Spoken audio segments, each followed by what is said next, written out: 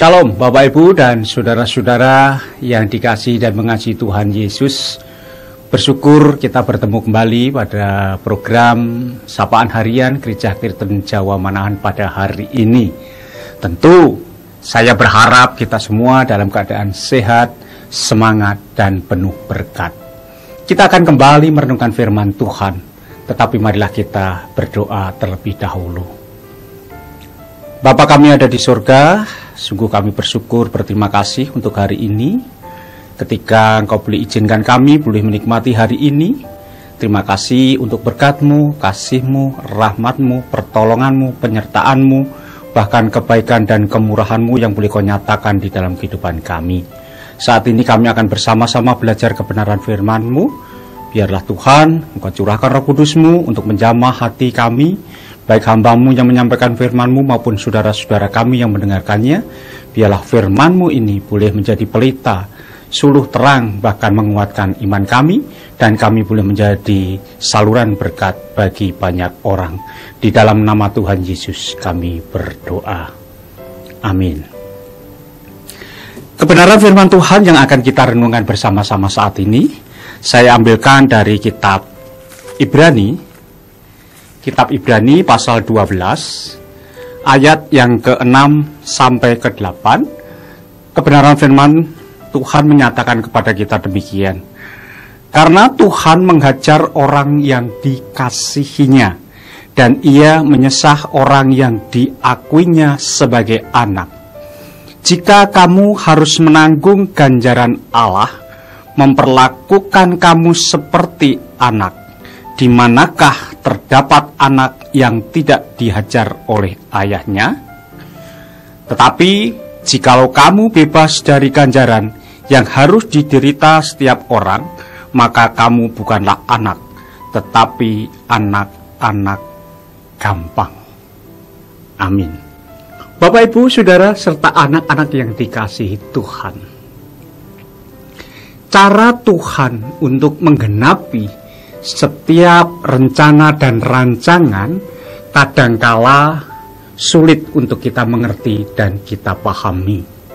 Bahkan kadangkala harus melalui sebuah proses teguran, didikan, dan hajaran yang Tuhan berikan kepada kita. Proses didikan maupun hajaran yang diberikan Tuhan bisa saja berupa masalah-masalah di dalam kehidupan kita, krisis yang terjadi di dalam kehidupan kita, sakit penyakit yang boleh didera di dalam kehidupan kita, bahkan mungkin kesulitan-kesulitan yang lain. Tetapi jikalau itu terjadi di dalam kehidupan kita, bukanlah Allah itu berbuat jahat dan tidak mengasihi kita, tetapi Allah mengetahui di dalam kehidupan kita ada sesuatu yang tidak benar, ada sesuatu yang melenceng, bahkan kita menjauh daripada Tuhan dan menghiraukan dari setiap perintah-perintahnya. Dan ketika kita dididik, ditegur dan diajar Tuhan, memang itu terasa sakit, tetapi kita harus sadar bahwa di balik itu semua ada tujuan Allah untuk mengembalikan kepada kebaikan yang sudah Tuhan rancangkan di dalam kehidupan kita menurut rancangan dan rencana Allah sendiri. Oleh sebab itu, firman Tuhan mengatakan kepada kita bahwa anak-anak yang dikasihi itu akan dihajar dan disesah bagi anak-anak yang diakuinya. Itu kebenaran firman yang menjadi ayat nas kita saat ini.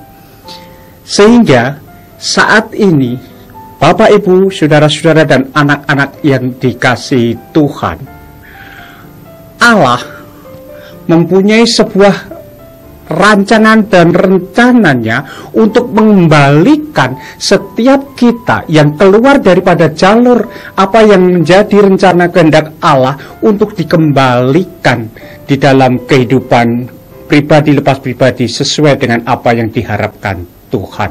Bukankah Tuhan mengharapkan mengarahkan kita agar kita senantiasa seturut sekehendak Allah di dalam kehidupan kita. Bapak, Ibu, dan saudara-saudara serta anak-anak yang dikasihi, adakah bapak atau orang tua yang mendiamkan diri atau tidak menghiraukan ketika anak-anaknya nakal atau anak-anaknya melakukan kesalahan? Paling tidak mereka akan menegur secara halus, kemudian kalau itu tidak bisa akan ditegur dengan agak keras, dan kemudian mungkin saja kita akan dihajar oleh orang tua kita. Tetapi ketika orang tua itu menghajar kita, sebenarnya orang tua itu tidak tega dan menangis di dalam hatinya, karena dia tahu bahwa anak ini adalah orang yang sangat dikasihinya di dalam kehidupannya. Demikian Bapa kita yang ada di surga. Bapa kita menegur, menasihati kita, menghajar dan mendidik kita dalam rangka Allah ingin mengembalikan visi misi Allah ketika Allah mengaruniakan anak yang tunggal, supaya orang yang percaya di dalam kehidupannya itu tidak binasa. Dan Allah juga mempersiapkan kita agar kita nantinya bisa menjadi ahli waris kerajaan surga, yang nantinya kita akan bersama-sama dengan Allah memimpin bersama-sama Tuhan Yesus di kerajaan surga. Sehingga Allah mengharapkan kita bukan menjadi anak-anak yang gampang. Bangsa Israel adalah bangsa pilihan Allah, umat yang dikasihi Allah. Tetapi ketika bangsa Israel keluar di dalam rancangan dan kehendak Allah, sehingga Allah mulai menegur, mulai menghajar orang-orang Israel ini karena tegar tengkuknya dari sifat yang dialaminya, maka Allah kembali ingin mengembalikan apa yang menjadi kehendak Allah, sehingga walaupun orang Israel sudah mengecap, menikmati apa yang diberikan Tuhan melalui pertolongan penyertaannya, melalui mujizat-mujizat yang dialaminya, tetapi bangsa Israel tetap saja mempunyai ilah yang lain. Sehingga akhirnya proses teguran, didikan dan hajaran Tuhan menyebabkan mereka mempunyai waktu yang lebih lama dari apa yang direncanakan dan dirancangkan Tuhan. Bapak, Ibu, dan saudara-saudara yang dikasihi Tuhan, teguran, didikan, dan hajaran secara proses yang diberikan Tuhan seringkali menjadikan kita mempunyai persepsi yang salah.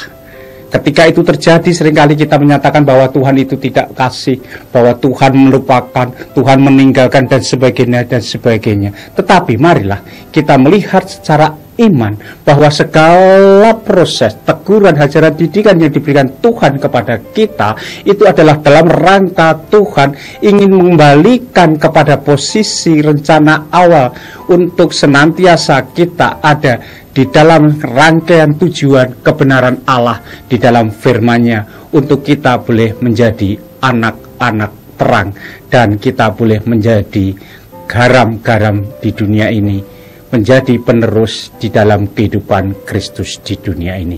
Tuhan memberkati kita. Amin.